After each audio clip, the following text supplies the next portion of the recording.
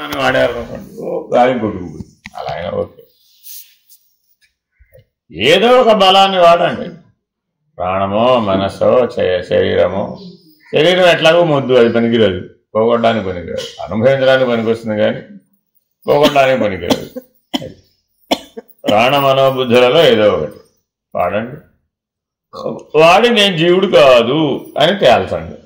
నువ్వు జీవుడు కాకపోతే మిగిలింది ఈశ్వరుడే. నువ్వు దాన్ని ప్రత్యేకంగా ఈశ్వర లక్షణాలు ఆత్మ లక్షణాలు ఏం తేవక్కాలి. ఇది కాదు అని తేలిస్తే చాలంతే. కానీ ఇది కాదని చెప్పడానికి మనకి 24 గంటల టైం సరిపడాలి. అంత ఆ గొడవ అనవసరం. అది వెనక్కి వెళ్తే కష్టం. వెనకంతా మనకు వెనకాల బ్యాక్గ్రౌండ్లో ఉన్న అనుభవాలని జీవుడు అనే అనుభవాలే తప్ప ఈశ్వరుడు అనే అనుభవాలు లేవు. అది దాంట్లో ఉన్న డ్రాబ్యాక్. అతనిలో ఎప్పుడూ కూడా ఇలాంటి ఆలోచనలు చేయలేదు. చేసినా కానీ ఈ దృష్టితో జీవించలేదు. జీవించైనా కానీ అలాంటి అనుభవాలు లేవు. అనుభవాలన్నా గుర్తు లేదు. ఇలాగా ఏం ప్రయత్నం చేయకుండా 50 ఏళ్ళు ఎందుకు ఎట్లా వస్తాయి? ఏదో చేస్తాం కానీ అక్కడ ఏంటి కన్ఫర్మ్డ్ ఒపీనియన్ లేదు. అది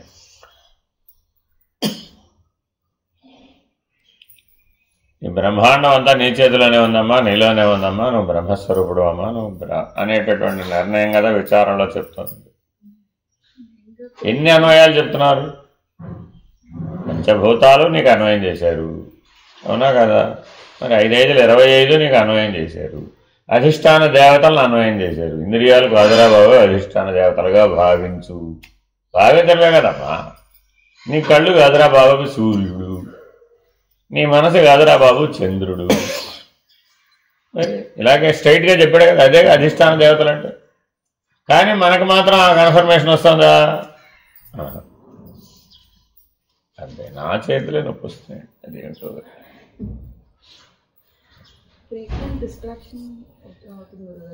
ఎందుకని? ప్రపంచం ఏందన్న ఆసక్తి, బహిర్ముఖం ఏందన్న ఆసక్తి. అప్పుడు నువ్వు అంతర్ముఖ సాక్షి ఎట్టవుతావు?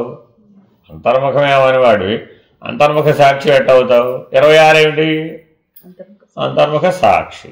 అది కాబట్టి ఎప్పుడెప్పుడైతే బహిర్ముఖమైందో అప్పుడప్పుడల్లా ఏం చేయాలి?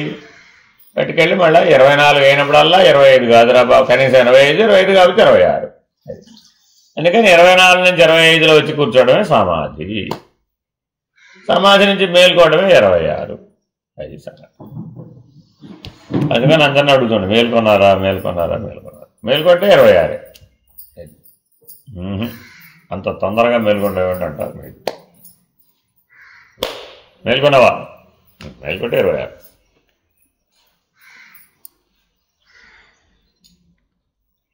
చాలా జాగ్రత్తగా సాంఖ్య విచారణ నిత్య జీవితంలో నిరంతరాయం చేయడం అంటే అర్థం ఇది. వివక్షానుభూతిలో ఏం చెప్పాడు? విచారణను నిరంతరాయం చేయుట, రెప్పపాటు ఎడమివ్వక చేయుట. ఏమిటి? నేను జీవుడు కాదు, నేను దేవుడు, నేను జీవుడు కాదు, నేను ఆత్మ, నేను జీవుడు కాదు, నేను ఆత్మ, నేను జీవుడు కాదు, నేను ఆత్మ అనుకుంటూ ఉండు.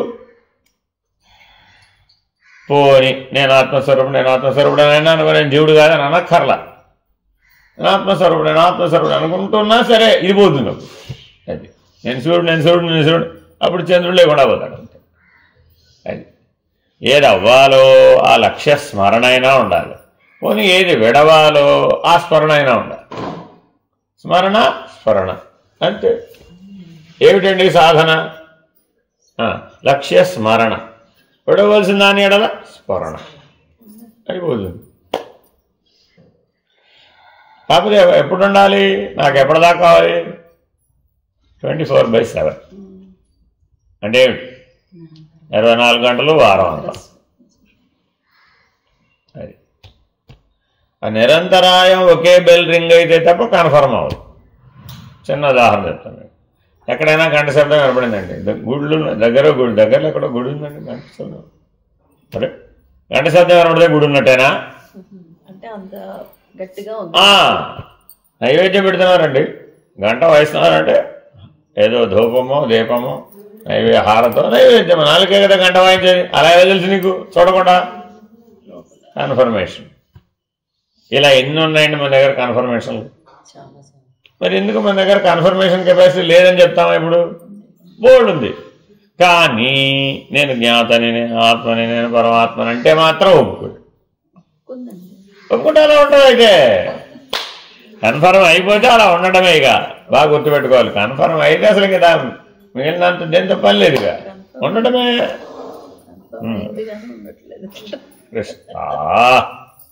శ్రీలక్ష్మి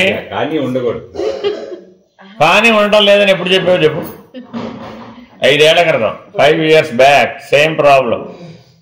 అంతా కన్ఫర్మ్ అయిపోయిందండి. నేను ఇంక విచారణ చేసే పని లేదు, పుస్తకాలను గిరాటైసేసి మీరు నన్ను చదవమని చెప్పి నేను చదవను అసలు. ఎందుకని? అప్పుడు 10 ఏళ్ళు చదివేసింది ఆల్రెడీ. నేను చదవను అంతే. నాకంతా తెలిసిపోయింది, నాకంతా ఇక చదివి తెలిసినది. నాకు ఏమైనా సరే ఉండమ్మా అయితే ఉండటం లేదండి బాబు. అవునా కాదని ఆ ప్రాబ్లంతోనే తెలుసు, ఉండటం లేదు. సరే అయితే ఓకే, ఏం చేయకుండా అలా కూర్చో, అలాగే కూర్చొని అలాగే ఉండు, అంతే అంతే. రోజుల తరబడి అలాగే వచ్చేది, కూర్చునేది అంతే. అలా ఉండి అయిపోయింది అంతే. ఇప్పుడు ఆ స్థితిలో నుంచి మేలుకోవమా అంటే మేలుకోదు, మళ్ళీ నిద్రపోదు.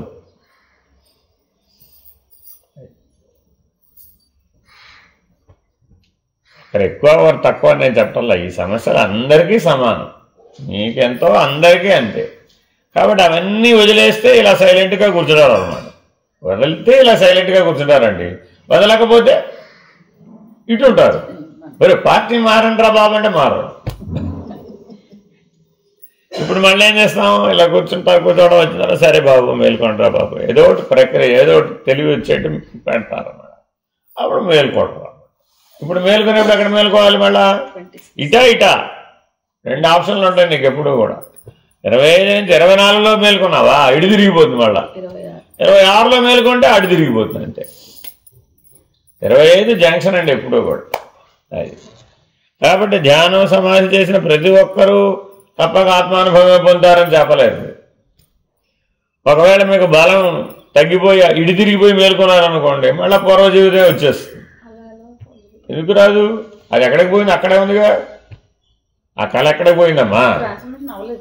ఆహా, కళ అక్కడే ఉంది. మీరేం చేశారు? కళని వదిలేసి మీరు వెళ్ళిపోయారు ముందుకి. మళ్ళీ మీరు కళ డోర్ తెరిస్తే మళ్ళీ కళలోనే వచ్చేస్తాయి. మిమ్మల్ని కళ డోర్ ఎవరు తెరవమన్నారు? ఇప్పుడు ఎంబీబీఎస్ అయిపోయాక ఆక్సిజెన్సీ అప్పుడు ఆ నాలెడ్జ్ ఉంటుంది కానీ అనుభవం ఉండదు కదండి. అప్పుడు ఈ స్టేజ్లోనే అనిపిస్తుంది. ఒక 1 to 2 yearsకి ఆ కాన్ఫిడెన్స్ వస్తుంది. చేసి చేసి చేసి వస్తుంది. అందుకని ఇప్పుడు నేనేమంటున్నాను మీకు, చేసి చేసి చేసి కూడా కాదు, 24 గంటలు ఆలోచించడం అలా దాని గురించి. ఎక్స్పీరియన్స్ అంటే ఏమిటంటే 24 గంటలు దాని గురించి ఆలోచిస్తాం, ఆ కేసు గురించి ఆలోచిస్తాం. సొల్యూషన్ ఏమిటి, సొల్యూషన్ ఏమిటి, సొల్యూషన్ ఏమిటి, అప్పుడు వస్తుంది అది. అలా ఆలోచించకపోతే నువ్వు ఎంతకాలం చేసినా ఎక్స్పీరియన్స్ రాదు. మామూలుగా క్లినిక్ పెట్టుకుని ఒక 30 ఏళ్ళు ఓపీ వైద్యం చేశాడండి. ఇప్పుడు ఈయన అర్జెంట్గా తీసుకెళ్ళి ఐసీయూలో డాక్టర్ వేసామండి. 30 ఏళ్ళ ఎక్స్పీరియన్స్ ఉంది కదా అన్నాం. అది ఊరికే వచ్చిన వాడికి ఏదో మందు చీటీలు రాసి పంపించడానికి ఉపయోగపడే వైద్యమే తప్ప ఎంటైర్లీ డిఫరెంట్. అది అట్లాగే మనం రోజువారీ జీవుడుగా చేసింది ఏమిటంటే ఓపీలో క్లినిక్లో కూర్చొని ఓపీ చూడటం లాంటిది అంతే.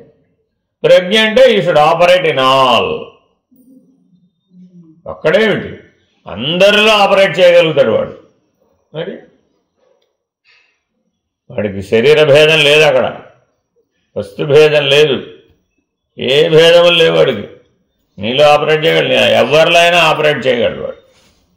ఆ సామర్థ్యం 26లో ఉంటుంది. మరి సమర్థత భేదమే అక్కడ, అంతే తప్ప వస్తు భేదం ఏముంది?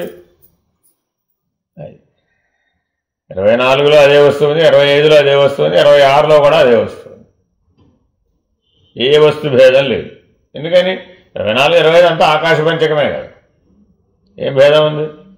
వాయువు ప్రభావం ఉంటే మనసు అయింది, వాయువు ప్రభావం తీసేస్తే ఆకాశం అయింది, అంతే. ఇంతకు మించి ఏమీ లేదు. కాసేపు గాలి తీసుకోకుండా ఉండొచ్చు కదా, అయిపోతుంది. అప్పుడు కుంభక యోగం అదే పేరు పెట్టాం. ఏం చెప్పలేదు వాడికైనా. అరే అలా ఉండరా నువ్వు గాలి తీసుకోకుండా 25 వాయు ప్రభావం అని అంతే. ప్రాణ ప్రభావాన్ని తీసేసామండి. ప్రాణమేగా జీవుడు, మనసేగా జీవుడు. ప్రాణ మనసులు తీసి పక్కకు పెట్టు. కుంభక యోగం అలా కూర్చో. అమ్మ ఆ యోగ సాంప్రదాయం బాగుందండి. ఇలాగా అది కుంభకంలో ఉన్నంతసేపు మరి ఒక ఉండిపోతామమ్మా అట్లాగే. మళ్ళీ ఒక డ్రైవ్ ఎందుకు వస్తుంది? అంటే చెప్పానా, గేట్ తర్వాత తెరిచేది ఎవరు? మనమే కదా. You are the operator. ఆసక్తి పోలేదు. ఎంత కుంభక యోగం చేసినా ఆ పక్కన నా కమండలం ఉందో పోయిందో. నువ్వే లేవురా బాబు అంటే మళ్ళీ కమండలం ఉందో లేదో అంటావేంటి? ఇప్పుడు కమండలాన్ని గుర్తు చేసుకుంది ఎవరు? నువ్వు కదా. ఆసక్తి పోలేదు. అందుకని విచారణ. అందుకని అక్కడ ఏం చెప్పాము? అందుకని నాయన ఒట్టి సాధన, విచారణ లేని సాధన ఎలా ఫలిస్తుంది? ఫలించదు. సాధన లేని విచారణ ఎలా ఫలిస్తుంది? కాబట్టి రెండూ కలిపి చేయండి అమ్మా. నీకు ఎవరైనా విచారణ పార్ట్ను పూర్తి చేయగలరే కానీ సాధన పార్ట్ను ఎవరు పూర్తి చేస్తారు? అది నువ్వు చేయవలసిందే. కాబట్టి బాగా 24 గంటలలో కుంభక యోగాన్ని అభ్యసించాడు. జన్మరాహిత్యం కావాలంటే కేవలం కుంభక యోగం ఉండాలి. లేకుండా పుట్టిక కళ్యాణం స్వర్గానికి ఏమవుతుందమ్మా. అది ప్రాణాన్ని బ్రహ్మరంధ్రంలో ఉన్న అష్టదళ పద్మ మధ్యంలో ఉన్న కర్ణికా మధ్యంలో ఉన్న పరమాత్మ యందు నిలుపుట కేవల కుంభక యోగం. ఇప్పుడు ఎక్కడ నిలుపుతున్నాం? జగశాస జగశాస అర్థం ఉంది అక్కడ. అసలు ఊరికే చదువుకోవడం తప్ప అసలు మీకు ఊహలోనే లేదు.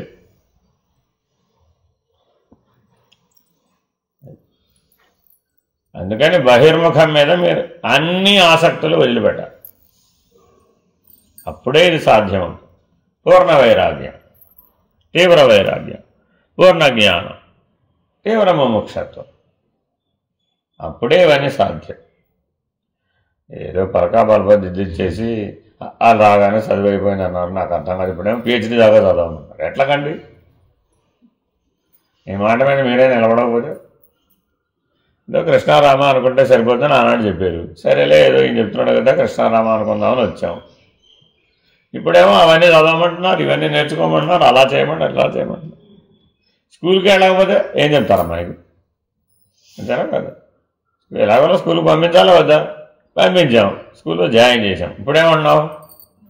అవన్నీ నేను చదువుతానా అంటున్నావు. ఒరే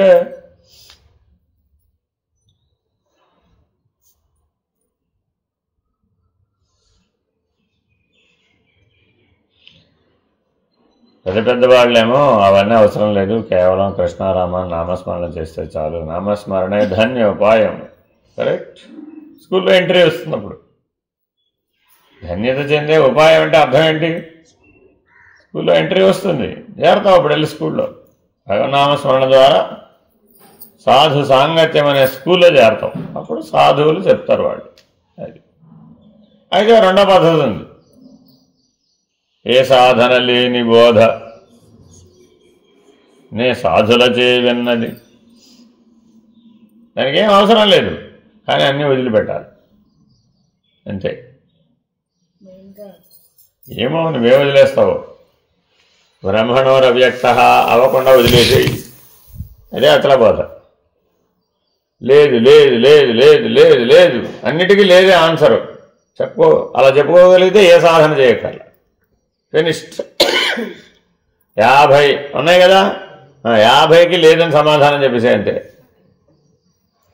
ఒకే ఒక సమాధానం. 50 లేవు. 50 కాదు. మహదహంకారం లేదు, మహత్తు లేదు, అవ్యక్తం కూడా లేదు. ఉన్నది బ్రహ్మం. అక్కడుండు. అలా కూడా చెప్పాము మీకు పాఠం. ఉన్నది బ్రహ్మమని ఉండవమ్మా. మిగిలిన అన్నీ లేవు అని సమాధానం చెప్పి చాలుకొని విచారణతోనే చేసేయచ్చు. ఏం అక్కర్లా. ఎప్పుడు ఒక సమాధానమే చెప్పాలి మీరు. అది అలా ఉండడం రావాలి. అది ఇది కాదా? పెళ్లి చేసిన తర్వాత అత్తారింటికి వెళ్ళాలంటే ఇంక ప్రయోజనం ఏమిటి? విచారణ చేసామండి. విచారణ చేయడం అంటే ఏంటి? పెళ్లి చేయడం. అప్పుడేమైంది? మీ ఆయన ఎవరో తెలిసింది, మీ అత్తారిల్లు ఎక్కడో తెలిసింది. ఏం చేయాలి ఇప్పుడు? ఇల్లు అక్కడ ఉండాలంతే, బ్రహ్మగా ఉండంతే. మళ్ళీ జీవుడు అవుతానంటే జీవుడు పుట్టిల్లు, ఇంతకుముందు వేరేం లేదమ్మా. అది అందుకని మీకు అర్థమయ్యే భాషలో కన్వర్ట్ చేసి చెప్తున్నాం. అది అది ఎక్కడ ఉంది, ఇది ఎక్కడ ఉంది అని అనుకోవక్కర్లా, భావభేదమే అది. అందుకే ఏమంటున్నాం? ఆయన ఆత్మభావం చెయ్యి, బ్రహ్మభావంలో ఉండు. అక్కడ కూడా నీకు భావన అంటేనే వీలవుతుందని అలా చెప్తున్నాం. అది ఎందుకని భావనా బలాత్ భక్తి ఉత్తమ. భక్తి కూడా ఎక్కడి నుంచి తెచ్చుకున్నావు? భావంలోనే. మరి ఆ భక్తి బదులు జ్ఞానాన్ని తెచ్చుకోవచ్చుగా. భక్తిని చేయమంటే చేస్తున్నావు కదమ్మా, ఆ భక్తి బదులు జ్ఞానంగా ఉండు, అది కూడా భావమే. అప్పుడేమైపోయింది? సహజంగా జ్ఞానంలో ఉన్న అభావ లక్షణం వచ్చేస్తుంది. భక్తిలో అభావ లక్షణం ఉండదండి, చాలా కష్టం. ఎందుకని? ఎప్పుడో కానీ లయం అవ్వదు. పాటలు పాడి పాడి పాడి పాడి పాడి పాడి పాడి పాడి పడిపోయింది, మళ్ళీ లేస్తాం. అది తత్కాలం వస్తే ఉండదు. అప్పుడు అక్కడ ఎక్కువసేపు ఉండదు. చైతన్య మహాప్రభు వలె ఉండగలిగితే కరెక్ట్, భక్తి మార్గంలో కూడా తరించవచ్చు. నారద మహర్షి వలె ఉండగలిగితే భక్తి మార్గంలో కూడా తరించవచ్చు. మీరాబాయి వలె ఉండగలిగితే భక్తి మార్గంలో. కానీ మరి అంత ఉత్తమ లక్షణం మన దగ్గర ఉందా? వీళ్ళందరూ భక్తి ద్వారా తరించిన వాడు. అక్రూరుడు అలాగే తరించాడు. ఎంతమంది ఉన్నారు అలా భక్తి మార్గంలో ధరించిన వాళ్ళు బోల్డ్ మంది. సంకీర్తనాచార్యులందరూ భక్తిలోనే ధరించారు. ఎలాగా? పాడి పాడి పాడి పాడి పాడి అది అయిపోయారు వాడు. అంతే. ఎవరి గురించి పాడారు? భగవంతుడి గురించి పాడారు, బ్రహ్మం గురించి పాడారు. వాళ్ళ దేని గురించి అయితే భావన చేసి పాడాడో అదే అయిపోయాడు. అంతే. నువ్వు కూడా అలా అవ్వచ్చు. అదే భ్రమరకటక న్యాయం. అదో పద్ధతి. ఎప్పుడూ భగవంతుడు దేవుడు దేవుడు దేవుడు దేవుడు దేవుడు దేవుడు దేవుడు దేవుడు అన్నీ ఈశ్వరుడు ఈశ్వరుడు ఈశ్వరుడు. ఏమైపోతావు? ఈశ్వరుడు. అంతే. అబ్బో మా ఆయన చూడకుండా నేను ఉండలేనండి.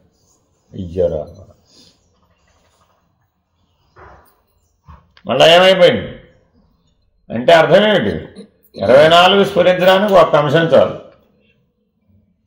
ఏ ఒక్క అంశం వచ్చినా 24 వచ్చేస్తాయి. 24 ఒకటి రాదు. 24 పెద్ద సంసారం ఉంది అక్కడ. 1 to 24 ఎవరి సంసారం? 24 యొక్క సంసారం అది. అంతేకాని నీది వేయలేదు. కానీ మన గొడవ ఏం చేసాం? అదంతా నా సంసారమే అన్నాడు 25. 25లో ఉండి ఇదంతా నా సంసారం అంటే ఏమైంది అప్పుడు? 24 అంతే. నీ స్థానం ఖాళీ అయిపోయినప్పుడు అక్కడ 24 25 అయిపోయింది. అప్పుడు ప్రయోజనం లేదుగా, సాక్షివి కాదుగా. మళ్ళా 25లో అనుభవం, 25కి వచ్చాడు. 24 కాదండి, 26 అవయా ఆహా నేను అవని ఇదే బాగుందండి. అది వదిలిపెట్టడానికి ఎంత కష్టపడ్డాను. ఏం కష్టపడ్డావురా బాబు? లేనిది లేదని తెలుసుకున్నావు, అంతేనా కాదా? కొత్తది ఏం చేసావు? సమాజ నిష్టలో లేనిది లేదని తెలుసుకుంటున్నావు, అంతేనా కాదా? వేరే ఏముంది? ఏం లేదుగా. వాసనలు అనేవి లేనివి. వాసనాక్షయం అంటే అర్థం ఏమిటి? వాసనలు అనేవి లేనివి, అంతే. ఫినిష్డ్. ఉన్నవా లేనివా? అంతేగా. ఈ ప్రపంచంలో రెండే ఉన్నాయి, అయితే ఉన్నవి లేకపోతే లేనివి. వాటన్నింటి లేని వాటి జాబితాలో వేసేసాం. లేవంతే. లేవని కన్ఫర్మేషన్ ఇచ్చేసామంతే. అదే సమాజ నిష్ట. ఇంత తేలిగ్గా చెప్తున్నాం కదా, అయినట్టేనంటారా? అలా అంత తేలిగ్గా అవచేసేవాడు జ్ఞాని. కిందకి దిగితే కర్మ, ఇంకా కొంచెం పైకి ఎగితే భక్తి, ఇంకా కొంచెం యోగి. అందుకని హిమాలయాల్లో చేసేవాళ్ళు వాళ్ళు అంటారు, చెప్పేవులే అలా ఉన్నా పెట్టిన వాళ్ళు అలా ఉండడానికి ఆ తగిన వాతావరణాన్ని సృష్టించుకొని ఆ గుహలో కూర్చుని ఆ బ్రహ్మ ప్రయత్నం చేస్తున్నాడు. మనం కూడా ఇక్కడ కూడా గుహలోనే ఉన్నాను, అక్కడ ఆ గుహలోనే, అది భౌతికంగా. ఇదేమో హృద్గుహ. అది మర్చిపోకూడదు. మళ్ళీ నేను గుహలో లేని సుమి అనుకున్నారంటే కొంపకొలేరు అయిపోతుంది. మళ్ళీ వచ్చే జన్మకి వెళ్ళి గుహలో కూర్చోవాలి. అది ఇప్పుడే చేసేస్తే ఓ పని అయిపోతుంది. అందుకని మీ హృదయ స్థానంలో మీరు కూర్చుని మిగిలినవన్నీ లేవు లేవు లేవు లేవు లేవు అనొచ్చు కదా, సింపుల్. ప్రాణ మనస్సులని ఆపేసి హృదయ స్థానంలోనే కదా పుట్టేది. ఆ ప్రాణ మనస్సులను వాడమాకండి. మిగిలినవన్నీ లేవు లేవు లేవు అని వానాకాలు అవే పడిపోతాయి.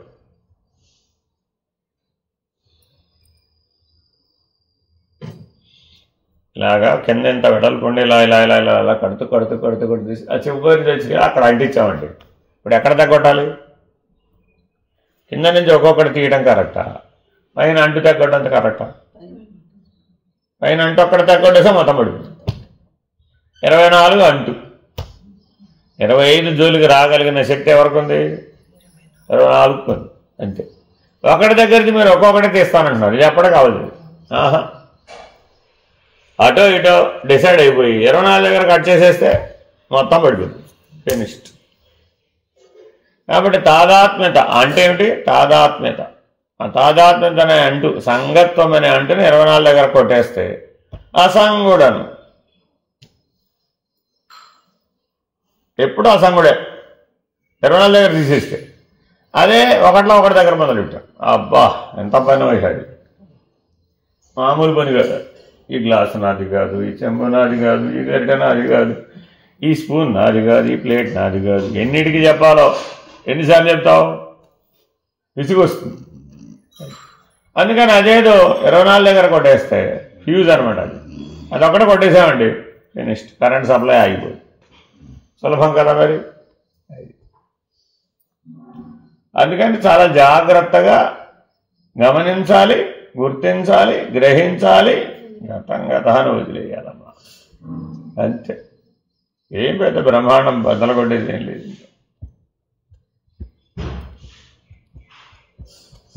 ఒక పెద్ద పర్వతాన్ని ఇసుకగా మార్చడం సులభమేనంటావా? కాదంట కాదా? ఏం చేయాలి? పెద్ద పర్వతం ఉందండి, ఆ పర్వతాన్ని ఏం చేయాలి? ఇసుకగా మార్చాలట. సులభమేనా? కాదు.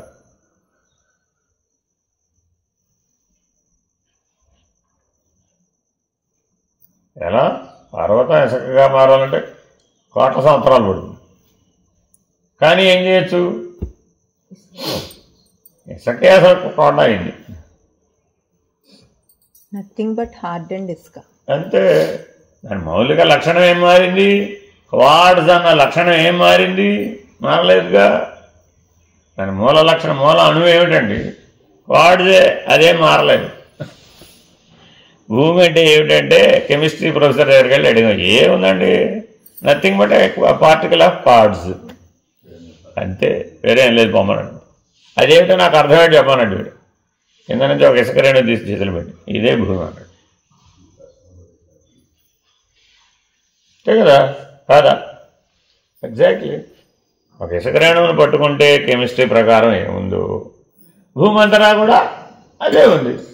అది ఏ ఫామ్లో అయినా ఉండవచ్చు. కొండల్లాగా ఉండవచ్చు, బండల్లాగా ఉండవచ్చు, ఇసుకలాగా ఉండవచ్చు, మట్టిలాగా ఉండవచ్చు, లేదు లోపల మ్యాగ్మా కరిగిపోయిన రాళ్ళలాగా ఉండవచ్చు. ఏం చెప్పినా ఈ ఇసుక రేణువు లేకుండా ఏది లేదు. మరి ఇసుక రేణువుని తెలుసుకుంటే భూమిని తెలిసినట్టేనా కదా? కెమిస్ట్రీ దృష్ట్యా మరి అది ఇసుక రేణువే భూమి, అంతే. వాడికి చాలు, నాకు అది ఆ మాత్రం, ఆ కన్ఫర్మేషన్ చాలు నాకు, ఇంకంతకంటే నేను తెలుసుకోవాల్సింది ఏం లేదు అని ఊరకొన్నాడు, అంతే. మనం ఏం చేసాం? ఇసుక రేణువు భూమి అవడం ఏంటి? నాకు అర్థం కాదు. భూమి అంతా భూప్రదక్షిణం అంతా చేసి రావాల్సిందే అన్న.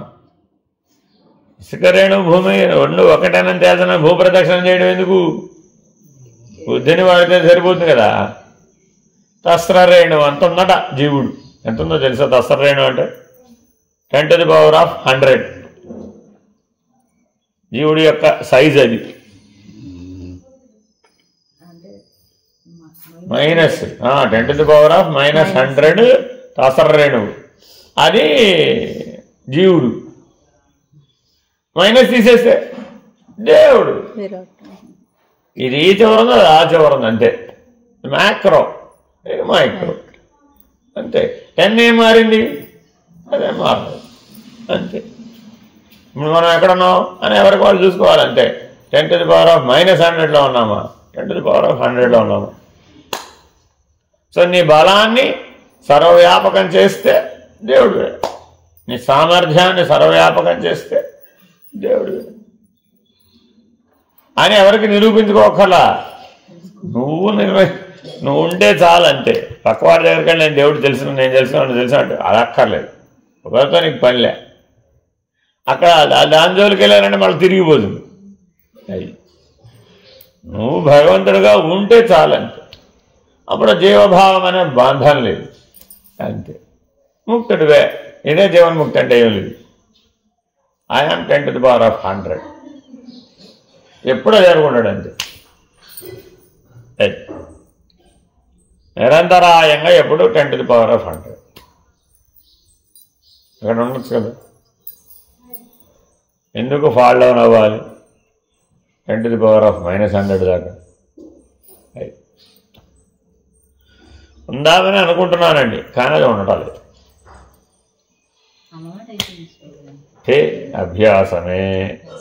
సంస్కృతంలో చెప్తే అభ్యాసం అమ్మ, తెలుగులో చెప్తే అలవాటు, మంచి వేరే ఏం లేదు. Nothing else.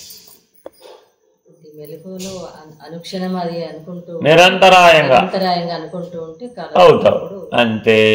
నేను ఆత్మస్వరూపుడు, నేను ఆత్మస్వరూపుడు, నేను ఆత్మస్వరూపుడు, మొదటి నుంచి ఇదే పాఠ, నేను ఆత్మస్వరూపుడు.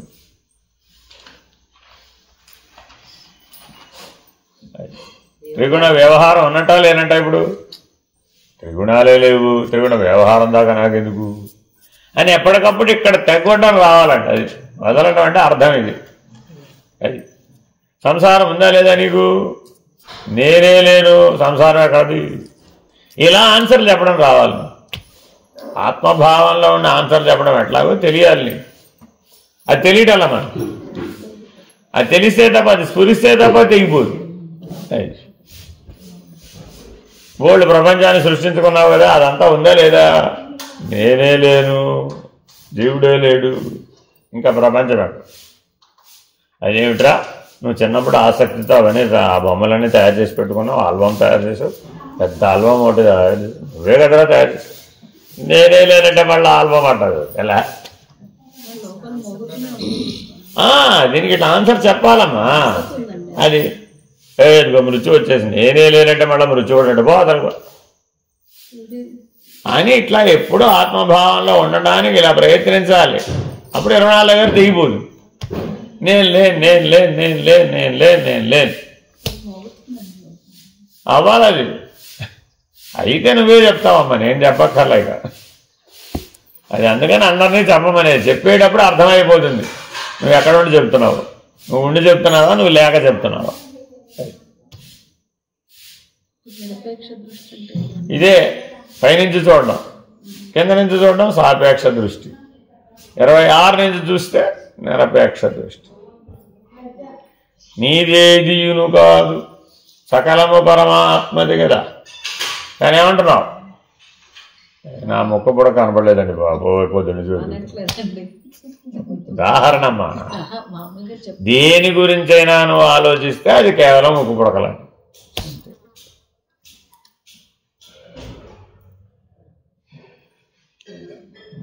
అత్తవారింటికి వెళ్ళి అమ్మాయి ఇంటికి వచ్చిందమ్మా, పుట్టింటికి వచ్చేటప్పుడు ముక్కు పుడక తెచ్చుకోవడం మర్చిపోయింది.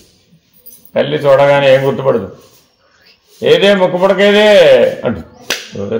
న్యాయం పడుగా, అమ్మాయి వచ్చింది కదా సంతోషించచ్చు కదా. న్యాయం అండి, నాకు అర్థం కాదు. అంతే. మీ జీవితంలో సంఘటనలు ఎందుకు చెప్తానంటే, ఇంతకు మించి ఏమి లేదురా బాబు, ఇదే భ్రాంతి అంటే. సరేలేవే, ఎక్కడా పెట్టి మర్చిపోయాను, పెట్టుకురాలేదు. సరిగ్గా పెట్టావా, అది జాగ్రత్తగా పెట్టావా, ఎక్కడన్నా బాత్రూంలో పెట్టి వదిలేసావా? ఎంక్వైరీ దాని గురించి. అది అక్కడికి వదిలేసేయచ్చు కదా. మీ ఆయనకి ఫోన్ చేయి, సరిగ్గా చెప్పు అక్కడ పెట్టి మర్చిపోయానని. అదిగో అది భద్రంగా పెట్టమను. లేకపోతే ఆయనకి తెలియదు, ఆయన కాదు కదా అది. లేకపోతే కింద పడిపోతే ఊడ్చేస్తే పోయినట్టే. పోయినట్టే, పోయినట్టే. ఇదంతా నువ్వు చెయ్యవు. నువ్వు ఎన్ని చెప్పినా ఇవన్నీ చేస్తావా? చెయ్యవు. ఆవిడే ఒక కన్ఫర్మేషన్కి వచ్చేది, సరేలే పోతే పోయింది, నేనే ఇంకోటి కొత్తది కొని పంపిస్తాను. ఏమాత్రం మళ్ళా కొత్త చరిత్ర. ఇంతే మన జీవితం, ఇంతకుమించి వేరే ఏమీ లేదండి. Nothing else.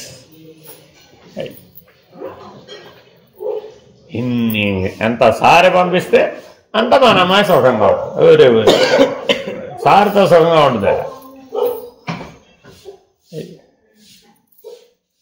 నిన్నెవరో పెట్టారు హజిలారేలా సారి పంపించండి వాడు. ఏమిట్రా అంటే మా అమ్మాయి సుఖంగా ఉండాలని. ఈ భజిలారీలు సామాన్ సర్దుకున్నప్పుడు కొంచెం తలప్రాణం తోకొస్తుంది.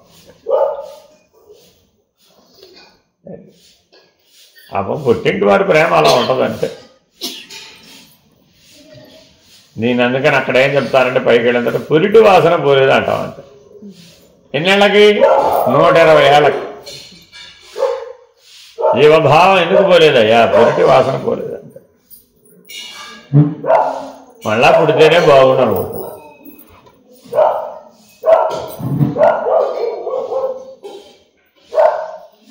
ఇక చాలు బాబోయ్ అన్నాడట.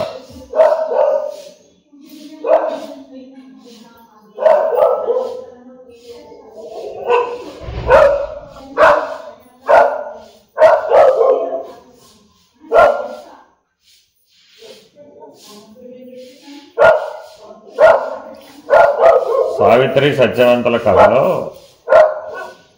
సావిత్రి ముందు వాళ్ళ అత్తమామలకి వేరే పుత్ర సంతానం లేదు. వాళ్ళందరి ఆ కోరికలను అడుగుతుందండి. ఫస్ట్ వాళ్ళని పునరుజ్జీవులు చేయండి, వాళ్ళకి సంతానం లేదు, వాళ్ళకి అనుగ్రహించండి అంటే ఇక చాలు బాబోయ్ అని శతం అనుగ్రహించి పొమ్మంటాడంటే. 100 మంది పిల్లల్ని కనాలంటే ఎంత కష్టపడాలండి పాప తల్లి.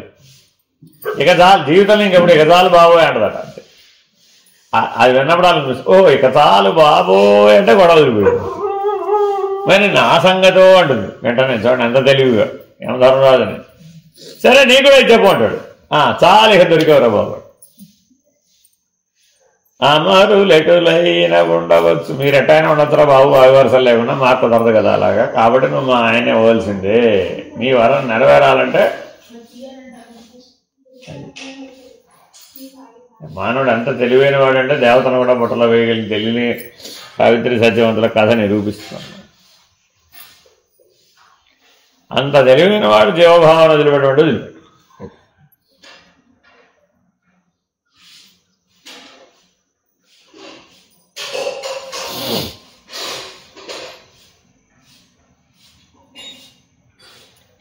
మనుజలోకాన మగడు లేక పుత్ర సంతానమే రీతి పొందగలరు. తేట తెలుగులో రాసేశారు.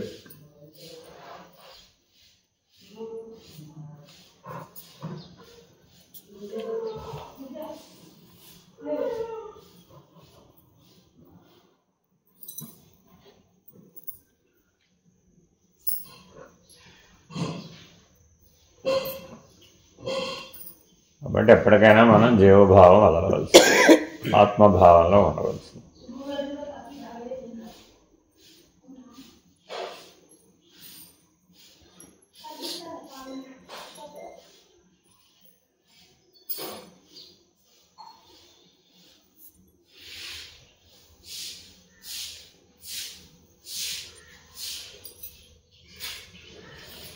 స్వకాలే సత్యవద్భాతి భాతి భాసయత్నేఖిలం శుద్ధాత్మా నీలవస్త్రాది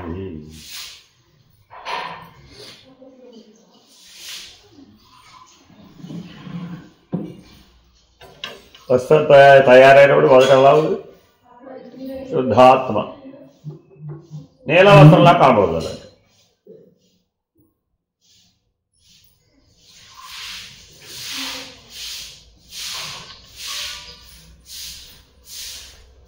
అందుకని అచల సిద్ధాంతం ఏమంటుందంటే, ఇప్పుడు ఎలాగో నీలవస్త్రంలా కనబడిపోతుంది కదా, ఇప్పుడు నెల తీసేయాలి. ఒకసారి వస్త్రం నీలంగా మారిపోయినాక నువ్వు ఎంత ఉతికినా మళ్ళీ తెల్ల వస్త్రం వస్తుంది కాదు కదా. ఓ పంచి వస్త్రం తయారవడానికి కారణం ఏమిటి? నిలువు పోగులు, అడ్డం పోగులు. ఒక్కొక్క పోగు తీసేసి. ఈ వస్త్రం లేనప్పుడు నీలం ఎక్కడ ఉంది? వస్త్రం ఉంటేనే కదా నీలం ఉంది, నీలవర్ణం ఉంది. కాబట్టి వస్త్రాన్ని లేకుండా వచ్చి ఎంత తెలివైన సిద్ధాంతం అది.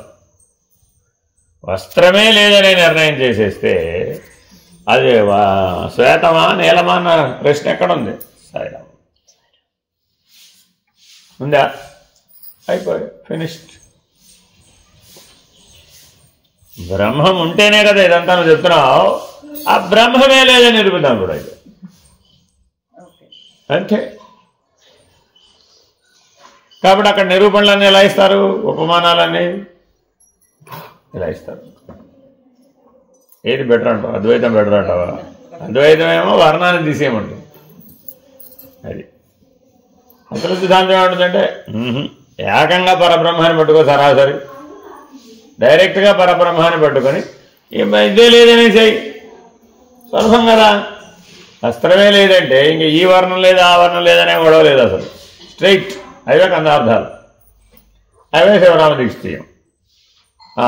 చైతన్యం ఉందా? లేదు, లేదు అంతే. అక్కడ ఇక్కడ కాదు స్వామి.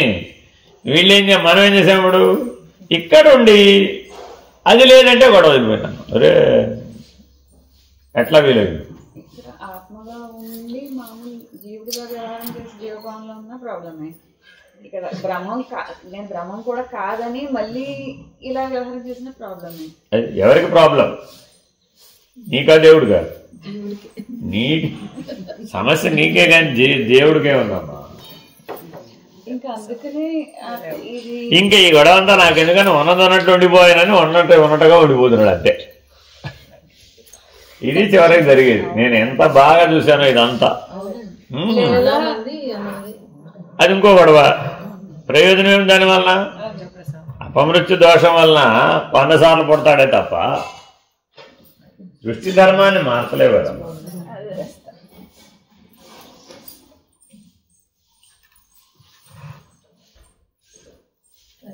అచలంలోకి వెళ్ళి అలా అయిన కేసెస్ ఉన్నాయా గురుగారు? ఎందుకంటే ఏమీ లేదు అన్నప్పుడు నాకు ఆ థాట్ వచ్చింది. పొరపాటు కదా. అందుకే అసలు అలా అవని వరస. అందుకే చతుర్విధ శుశ్రూషలు లేనిదే ఏం చెప్పరండి. ఎందుకని? ఎవరికి వాళ్ళు చదువుకుంటే ఇట్లాంటి ఐడియాలు వస్తాయి. అందుకని చతుర్విధ శుశ్రూషలు స్వయంగా చేయించి ఒక్కొక్క మెట్టు ఎన్ని చెప్పినా ఒక్కొక్క మెట్టు ఎక్కడం ఒక్కొక్క మెట్టు ఎక్కాల్సిందే కదా. చెప్పడం ఎన్నైనా చెప్పచ్చు.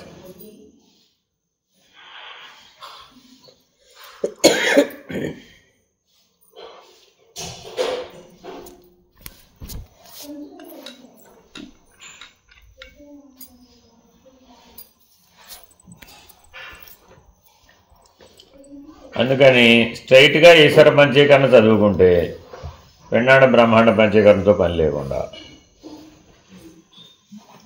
బాగుంటున్నారు. బాగుంది. అర్థం అవడం ఎందుకమ్మా? లేదని చెప్పడానికి ఒకటే మోడల్. ఏమిటి అక్కడ? లేదు. ఉన్నది బయలు, లేనిది ఎరుక. మళ్ళా భోజనం అడగకూడదు.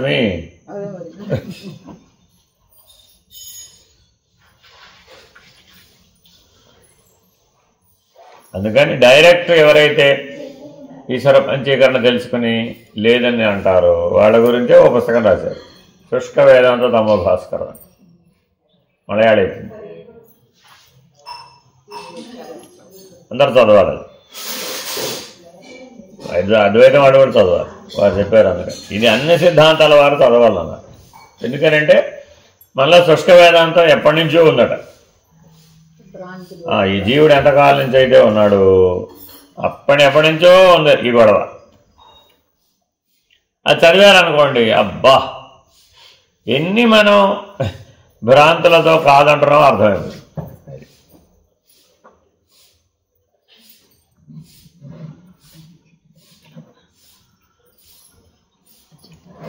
మంచి గ్రంథం అది, తప్పక చదవండి. శుష్క వేదాంత తమో భాస్కర్ చదవాలి. పుస్తకం ఉంటే లాభం, చదవాలి. ఇక్కడ ఉండాలి. అదేనమ్మా తల్లి, తమో భాస్కరం. అందుకని ఆయన శుష్క వేదాంతం అని రాయలే, శుష్క వేదాంత తమో భాస్కరం. తమోగుణంతో అంటున్నాడు. గాఢ నిద్రపోయేవాడు కూడా నాకేం అవసరం లేదు నిద్ర తప్ప, నాకేం. ఒకదానికి గాఢ నిద్ర వచ్చినప్పుడు నీకు కిలో బంగారం ఇస్తానని ఎవరైనా నిద్ర మధ్యలో లేపి అడిగితే ఏం చేస్తావు?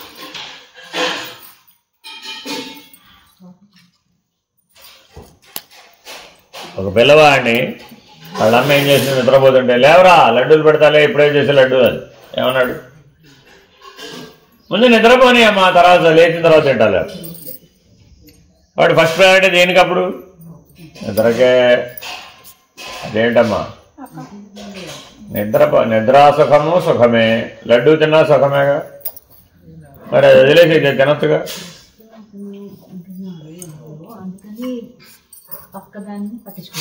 అంతే, మనం కూడా ప్రస్తుతం ఆత్మలో ఉండి మిగిలిన పట్టించుకోకపోతే అయిపోయినట్టుగా.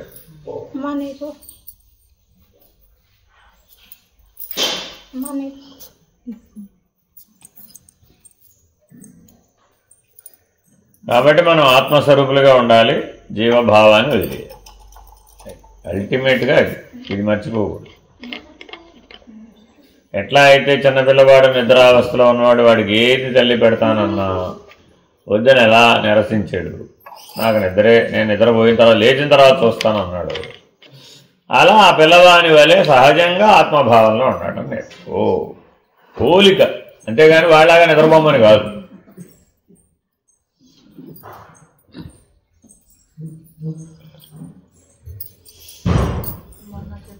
తల్లి గర్భంలో ఉన్న శిశువులాగా ఇవన్నీ పోలికలు. అంటే అసలు హిరణ్య గర్భుడికి వ్యవహారం ఏంటండి, మళ్ళా వ్యవహారం. అంటే తల్లికి వ్యవహారం ఏం లేదు అక్కడ, అంటే అలా ఉండాలి అంతే. ఆ శిశువు తనకు కావాల్సిన తను ఫామ్ చేసుకుంటున్నాను. అసలు శిశువు కూడా ఆవిడకి ఎందుకు? బ్రహ్మగారు బ్రహ్మగా ఉండకుండా జీవుడు కూడా ఆయనకి ఎందుకు?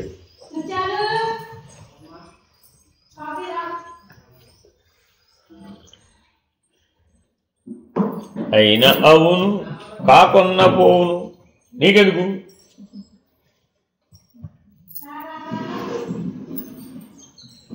కాబట్టి ఏది సుఖం?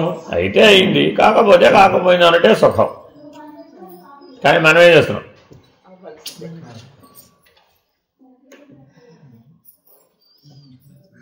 ఎంతకీ పెళ్ళికి వెళ్తున్నావా, చెత్త జయంతికి వస్తున్నావా? ఒక్కసారి వస్తానని చెప్పిన తర్వాత మరి కష్టం. చూసావా?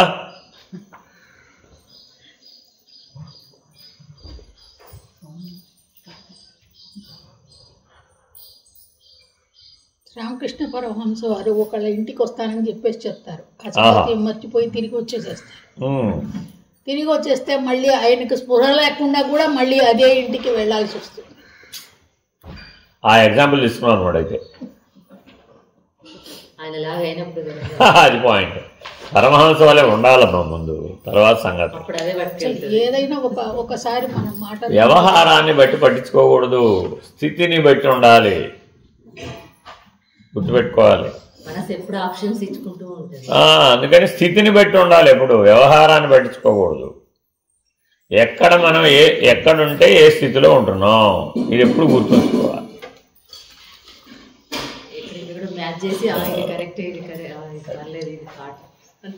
ప్రపంచంలో ఎన్నో ఎగ్జాంపుల్స్ ఉంటాయి.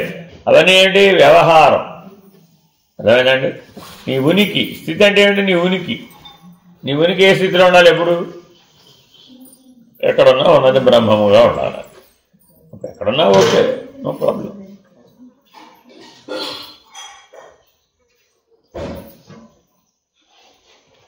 I and you are one అన్న దగ్గర ఉండాలి. అలా ఉంటే ఫైన్.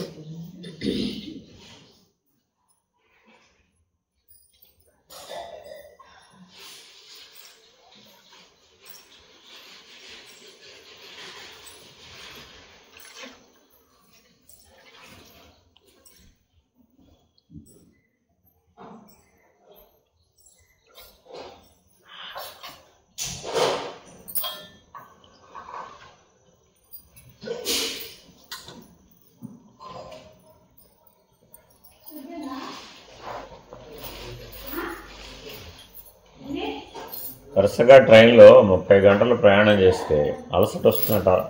సెకండ్ ఏసీలో పడుకుని ప్రయాణం చేసాం 30 అవర్స్. అలసట వస్తుందంటారా? రాదట. అంటే శరీర తత్వాన్ని బట్టి ఉంటుంది. బాడీ బట్టి ఉండదా? ప్రయాణం చేసింది వాడా శరీరమా? శరీరం. మరి ఇప్పుడు అలసట ఎవరు దేని బట్టి ఉండాలి?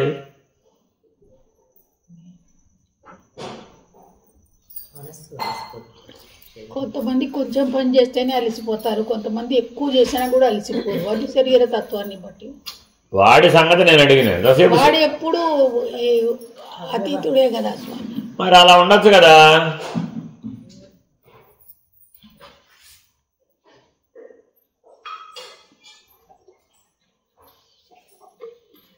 ఎందుకు అలసిపోయినట్టు మా ముడుచుకుపోవడం? సాక్షిగా అలసట లేదు కదమ్మా. ఎక్కడ విడిపడలేదో చెప్పు. ఎలా ఎక్కడ కలిసిపోయిందో చెప్పు. విడిపడకపోవడానికి కారణం ఏంటి? కలిసిపోవడమేగా. ఎక్కడ కలిసిపోయిందో చెప్పు. ఏం కలిసిపోయింది? ఎలా కలిసిపోయిందో చెప్పు. కలిసిపోయానన్న భ్రాంతే తప్ప అక్కడ భ్రాంతే. అంటే అంతకు మించి ఏముంది? ఇది నేనని అనుకుంటున్నాను. అప్పుడేం చేయాలి? ఇది నేను కాదనాలి కదా. విడిపోవాలంటే ఏమనాలి? ఇది నేను కాదనాలి. ఇది నేనంటూ విడిపోవాలంటే ఎట్లా విడిపోతావు? అది అంతే.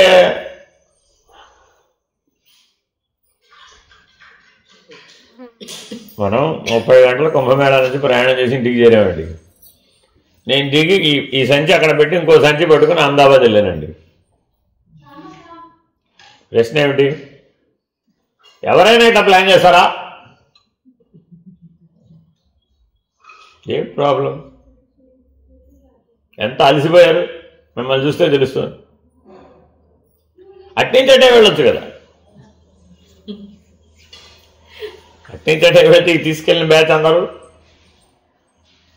మన మలేషియా గారు కూడా అదే అన్నారు, ఈ ఒక్క రోజు కోసం ఇక్కడికి ఎందుకు, అటు నుంచి అటే అంతే. అది కానీ ఇప్పటి తరంలో ఎక్కువ మంది అట్లాగే ఉన్నారు.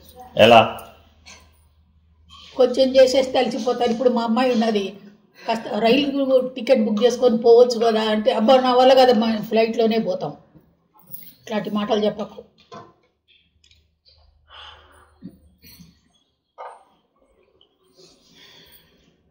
కష్టమనుభావనే. అన్ని గంటల ప్రయాణం అంటే మా వల్ల కాదండి. మా కష్టం కూడా భావమే కదా, వేరే ఎక్కడి నుంచి వచ్చింది కదా. ఏదైనా ఒకటి కష్టం అన్నామండి, ఆ కష్టం అనేది ఎందులో నుంచి వచ్చింది? భావనే, వేరేం లేదు. అందుకని ఆశ్రమాల్లో ఏం చేస్తారంటే ఎవరి ఒడ్లు వాళ్ళకి ఇచ్చేస్తాం. రోజు బాగా దంచుకొని బియ్యం తీసి ఆ బియ్యం వండుకొని తినమంటాం. పూర్వం ఆశ్రమాల్లో అలాగే ఉండేది. సత్యలోకానికి వచ్చినట్టుగా నేను అలాగే తపస్సు చేస్తానంటే కుదరదు. అక్కడ ఎవరి ఒడ్లు వారు దంచుకుని ఎవరి బియ్యం వారు తీసుకుని వారు అన్నం వారు వండుకోవాలి. అంతే. అన్నం వండుకోవటం తేలికే కానీ ఒడ్లు దంచుకోవటం మరి కష్టం అవుతుంది. కాళహస్తాశ్రమం ఇలాగే ఉండదండి. నేను జరిగినవే చెప్తున్నా. నేను రీసెంట్గా కూడా వారు ఉండగా ఎవరికి ఏది ఏర్పాటు ఉండేది కాదండి. అన్నీ అక్కడ ఉండేవి. అన్నీ ముడి ఫామ్లో ఉండేవి. ఒడ్లు, కందులు, పెసలు, మినుములు అలా ఉండేవి. అవన్నీ నీకు కావాల్సిన నువ్వు తయారు చేసుకుని గెట్ రెడీ అయ్యి నువ్వు వండుకొని వీలైతే వాడికి అన్నం పెట్టమనేవారు. అంతే. అదే జ్ఞానం, అదే సేవ, అదే అంతా సర్వస్వం, అదే భక్తి, అంతా అదే పూజ, అన్నీ అదే.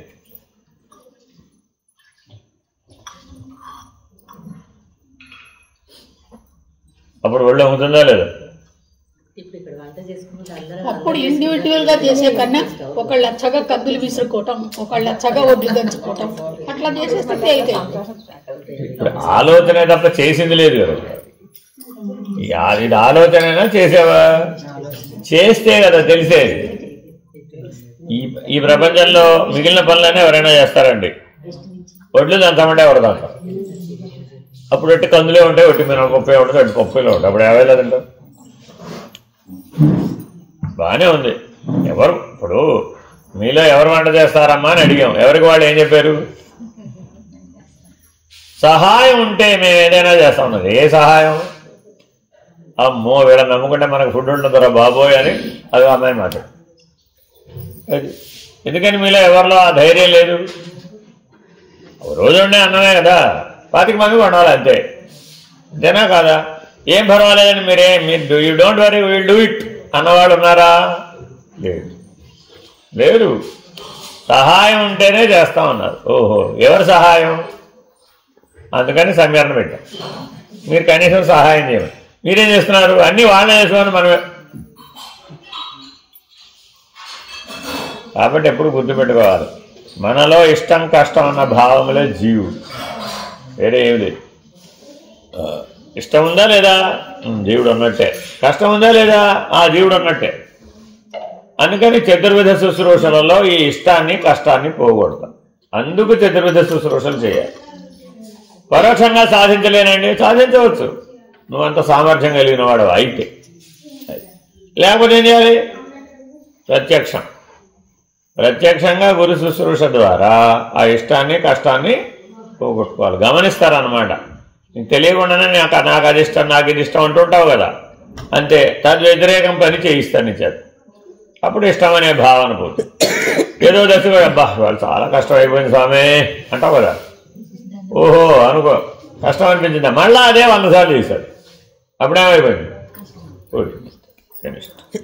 అది. కాబట్టి చిన్న గీత పెద్ద గీత మానవ జీవితం.